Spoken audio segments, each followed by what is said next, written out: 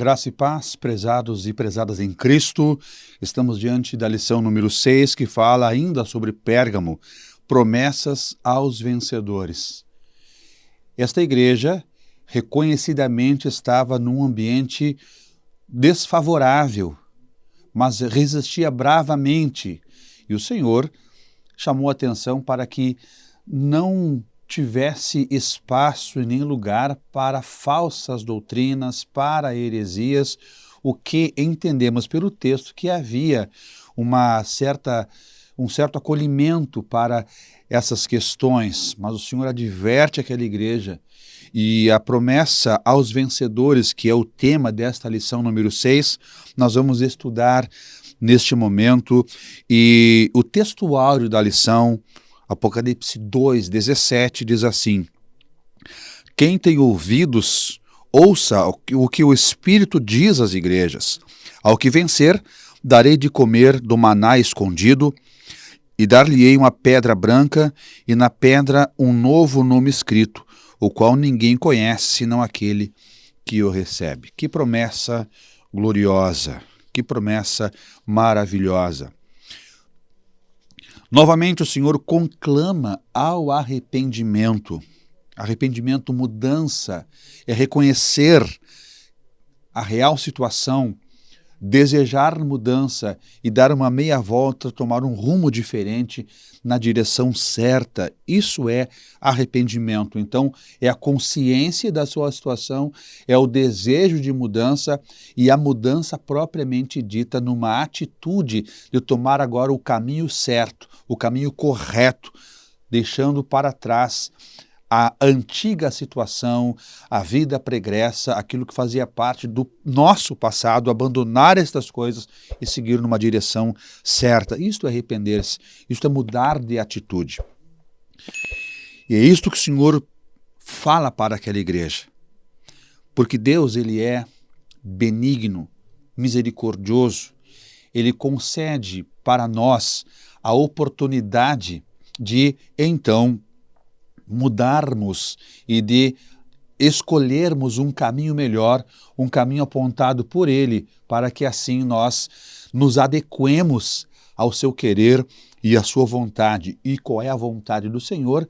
Que nós tenhamos uma vida alinhada com a sua palavra, com os seus preceitos, com a sua vontade, que é boa, agradável e perfeita, e a vontade de Deus é a nossa santificação.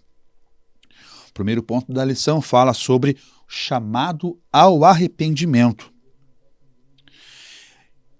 O chamado ao arrependimento demonstra o quanto Cristo está disposto a conceder uma nova oportunidade. Como disse, o Senhor é assaz benigno e misericordioso. Ele tem prazer em demonstrar misericórdia para com aquele que é arrependido, para aquele que realmente deseja uma mudança de vida. Deus concede uma nova oportunidade. E não à toa. Nós já ouvimos a expressão que Deus, Ele é o Deus da segunda chance.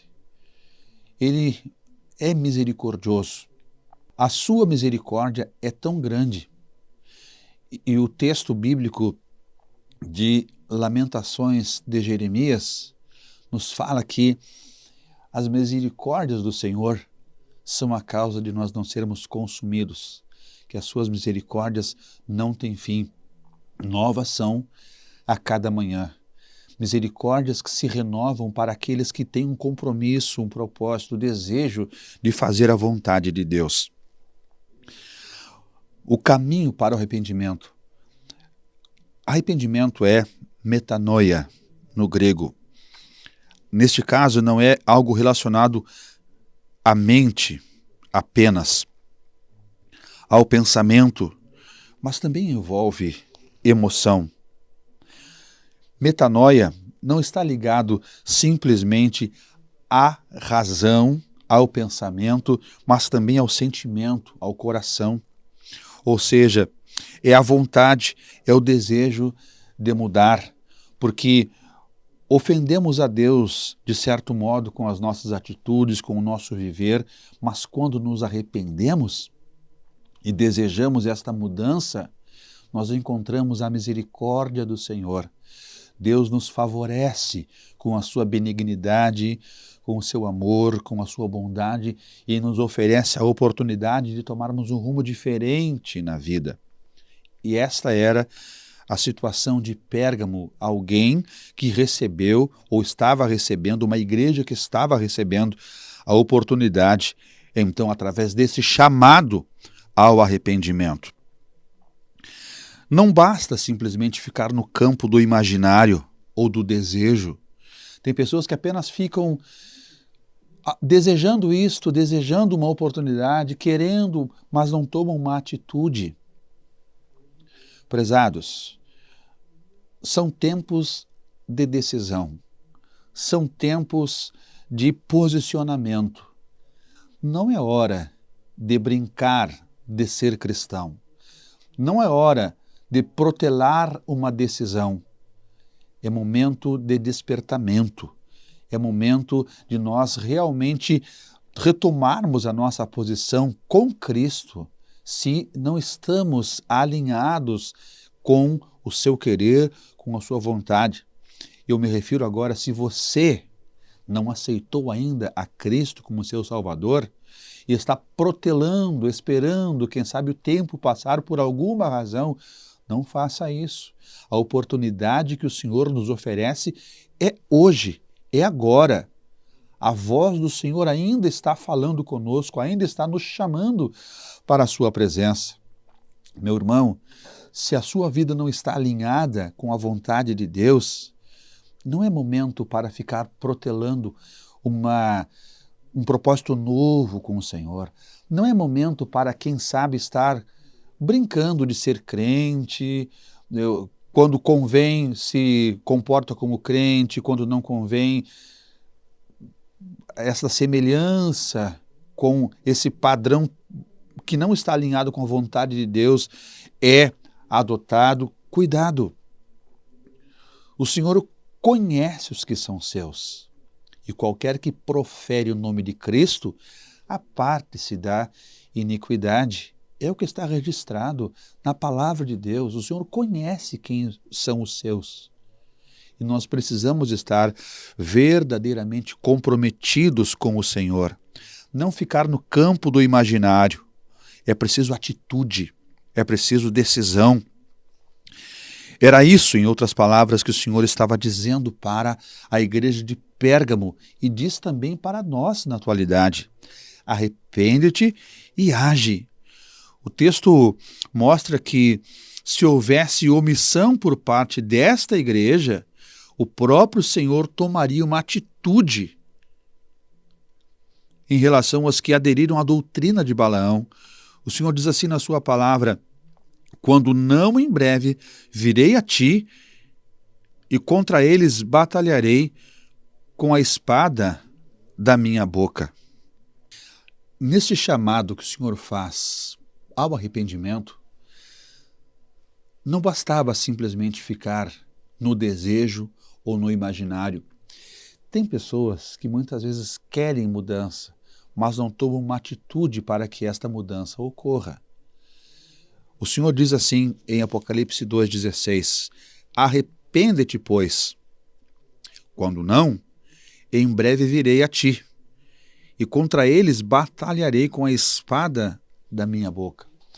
O Senhor estava disposto a executar juízo caso não houvesse arrependimento.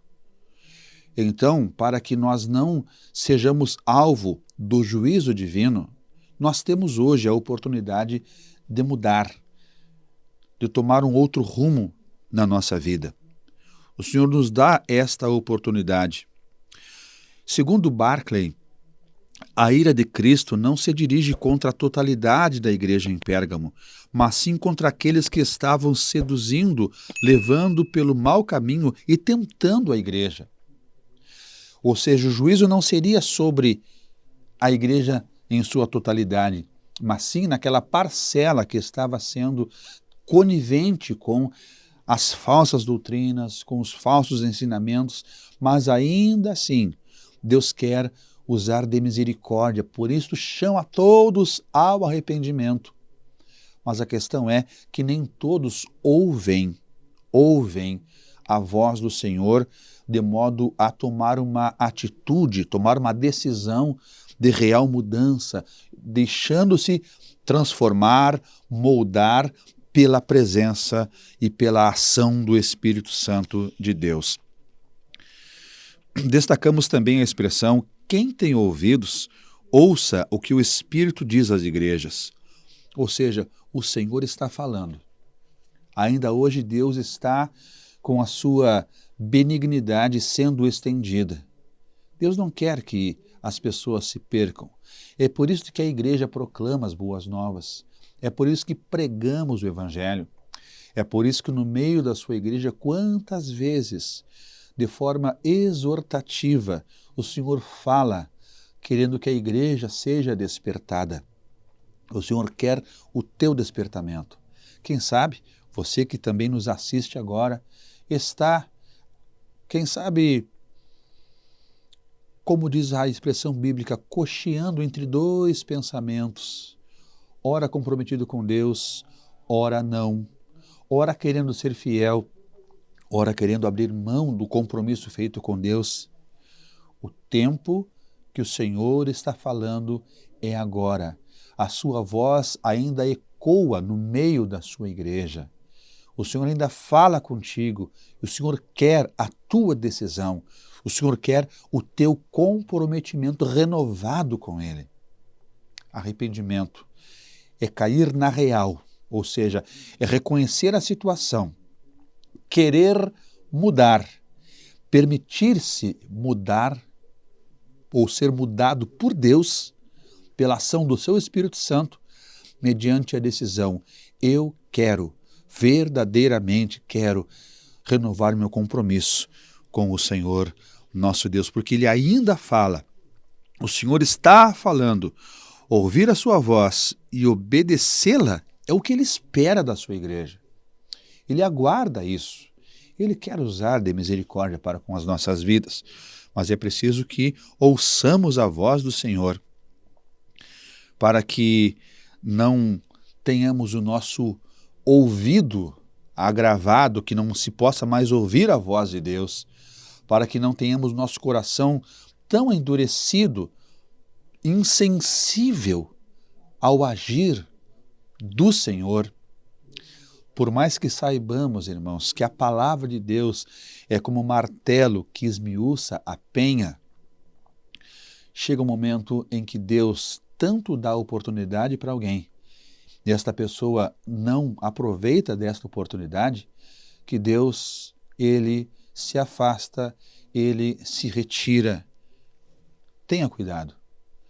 Tenhamos cuidado, porque enquanto Deus quer ser favorável, temos que aproveitar a oportunidade, porque se não aproveitarmos a chance que o Senhor nos dá de restauração, através do nosso arrependimento, poderá, quem sabe, em algum momento, ser tarde demais. Ponto 2. Promessa do maná escondido, conforme Apocalipse 2,17. O maná, provisão divina durante a peregrinação de Israel rumo a Canaã, foi chamado poeticamente nos Salmos de pão dos anjos, conforme os Salmos número 78, versos 24 e 25.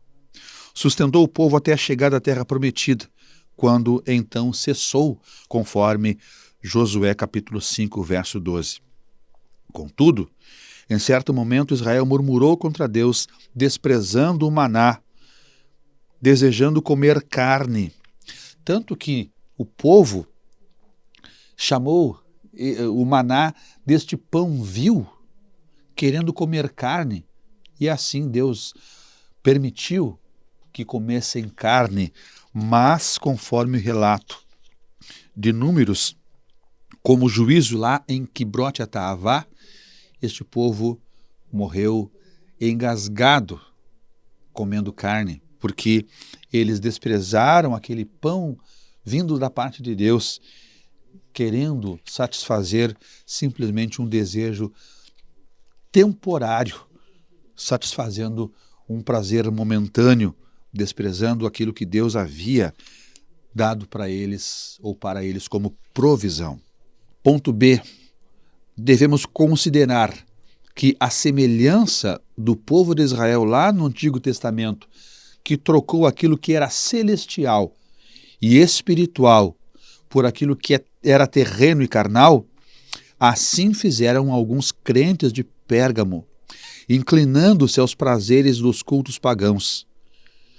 Ou seja, os crentes em Pérgamo estavam envolvidos com festividades pagãs, nas quais comiam os alimentos sacrificados aos ídolos e cometiam imoralidade sexual, conforme Apocalipse 2,14, os comentaristas eles afirmam isto. A promessa de Jesus, então, é destinada aos que recusam aceitar tais convites e participar de tais festas, porque para estes há um banquete melhor na glória celestial.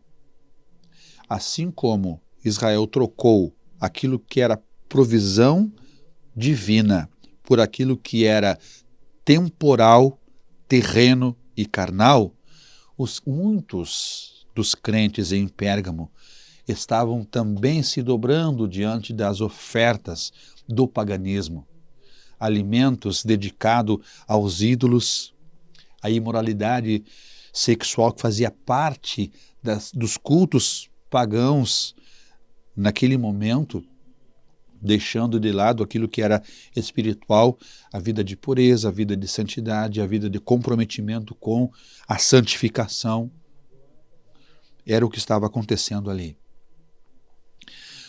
Nós não podemos trocar aquilo que vem da parte de Deus pelas ofertas que este mundo oferece. Há um padrão de santidade, há um padrão de pureza que deve ser seguido pelo cristão. Não podemos virar as costas para isso e desejar aquilo que não vem da parte do Senhor. O mundo passa e a sua concupiscência, mas aquele que faz a vontade de Deus permanece para sempre. É o que nos fala o texto sagrado. O mundo, esse sistema, isso passa, assim como também a sua concupiscência, ou seja, o desejo exagerado de prazer, tudo isso passa. Mas quem faz a vontade de Deus permanece para sempre. Esaú quis satisfazer um prazer momentâneo.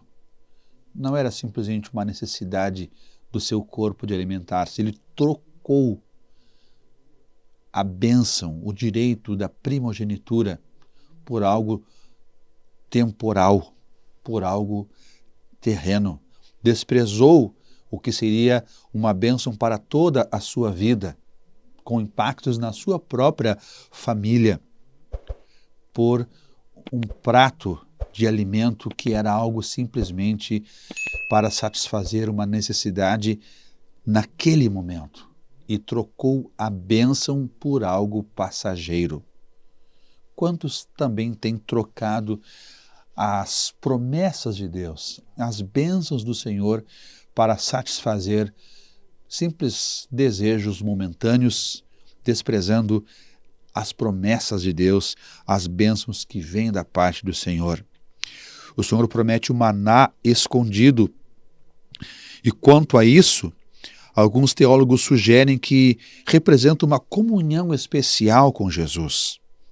Algo que, por enquanto, por hora, está inacessível, mas que terá cumprimento em ocasião oportuna.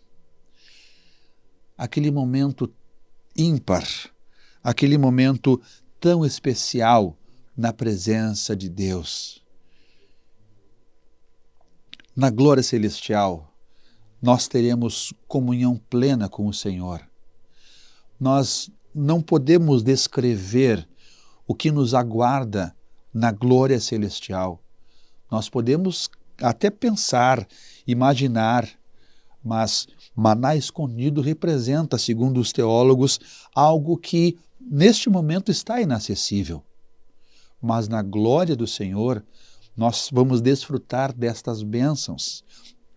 E o apóstolo Paulo nos afirma dizendo que aquilo que o olho não viu, que o ouvido não ouviu e sequer subiu ao coração do homem, são as coisas que Deus preparou para aqueles que o amam. Você quer desfrutar dessas bênçãos?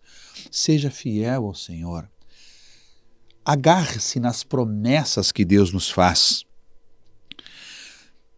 Também pode representar este maná escondido a provisão espiritual destinada aos vencedores, tendo Cristo, o pão da vida, como suficiência plena. E por ocasião do arrebatamento da igreja, também o apóstolo Paulo, escrevendo aos Tessalonicenses, fala que nós, depois que ocorrer este momento maravilhoso de encontro com o Senhor nos ares, estaremos para sempre com o Senhor, em comunhão plena, nós, igreja, com Cristo Jesus, na glória celestial. Então, volto a dizer, aquilo que Deus tem reservado para nós, nós podemos imaginar. Nós sabemos que haverá no céu momento de comunhão junto à mesa do Senhor. Após recebermos o nosso galardão, estaremos à mesa com o Senhor nas bodas do Cordeiro. E é o começo de uma infinidade de coisas que estão reservadas, mas para os fiéis, para os vencedores. As promessas de Deus feitas aqui nestas cartas às igrejas da Ásia em Apocalipse são promessas dirigidas aos vencedores, ao que vencer. Seja você um vencedor, seja você alguém que triunfa. Nós somos mais do que vencedores por aquele que nos amou. Nós devemos agradecer porque em Cristo Jesus nós sempre somos conduzidos em triunfo. Seja você um vencedor, seja você uma vencedora. Não desista, não desanime. Permita que hoje o Senhor renove as tuas forças, renove a tua fé, a tua esperança, a tua confiança plena no Senhor. Permita para que você vá até o final, porque o que perseverar até o fim será salvo. E uma vez salvo, adentrando a glória celestial, quantas promessas nós vamos desfrutar lá, nesta glória maravilhosa, preparada para todos nós que vencermos. Promessa da entrega de uma pedra branca aos vencedores. Uma pedra branca e na pedra um novo nome escrito qual ninguém conhece senão aquele que o recebe. Historicamente, havia algumas referências a uma pedra branca. De acordo com o mesmo autor Barclay, que é uma paráfrase nossa, essa expressão bíblica pode ter relação com a prática adotada nos antigos tribunais, quando nos ritos peculiares do julgamento, os jurados eram favoráveis ao julgado, ao réu, e votavam utilizando pedras brancas, e se estas fossem maioria na votação, o réu recebia uma pedra branca como evidência de que fora considerado inocente. Uma vez perdoados pelo Senhor dos nossos pecados, uma vez tendo a nossa vida redimida pelo sangue do Cordeiro, nós fomos declarados inocentes, porque o Senhor Jesus nos apresenta diante do Pai, santos, irrepreensíveis e inculpáveis, isentos de qualquer culpa, justificados mediante a fé, nesta paz com Deus, e usufruímos dessa maravilhosa comunhão e paz com Deus. Então, é alentador. Muitas possibilidades existem na questão de interpretação do que seria esta pedra branca, mas olhando por esta tradição, muitas possibilidades existem com respeito a esta pedra branca, mas Imagine só, o fato de sermos perdoados pelo Senhor e declarados inocentes já é por si só uma grande bênção. É alentador saber que estamos livres da condenação, conforme Romanos 8, verso 1. Isso é maravilhoso, meus amados irmãos.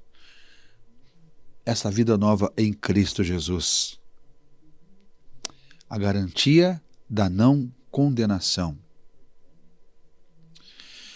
Segundo outro autor cristão, havia o costume nos jogos atléticos gregos de se oferecer uma pedra branca ao vencedor de uma competição ou aos lutadores vitoriosos que recebiam a permissão para se retirarem dos combates. Este símbolo da vitória final do cristão não pode ser separado de um novo nome que identifica o cristão obediente e fiel até o fim, diferente daqueles que desistem. Então, os vencedores nas competições, os lutadores vitoriosos na antiguidade recebiam, segundo a história nos conta, uma pedra branca que os isentava de continuar nesta labuta, nesta luta, nesses enfrentamentos, nessas competições. E nós sabemos que a carreira da fé um dia chegará ao seu final. Por enquanto, nós corremos com paciência a carreira que nos está proposta. Mas chegará o final da nossa jornada terrena. Chegará o momento em que as lutas vão cessar. Por isso eu volto a dizer para você, não desista. As promessas são feitas para os vencedores. Um dia, a nossa carreira da fé vai terminar. Um dia, as nossas lutas também vão terminar. E estaremos desfrutando das bênçãos prometidas pelo Senhor. Que o Senhor te abençoe neste momento, te ajude, te renove, te fortaleça, para que não desista, mas seja firme e fiel ao Senhor, em nome de Jesus. Seja sobre a tua vida a bênção que vem de Deus. Amém.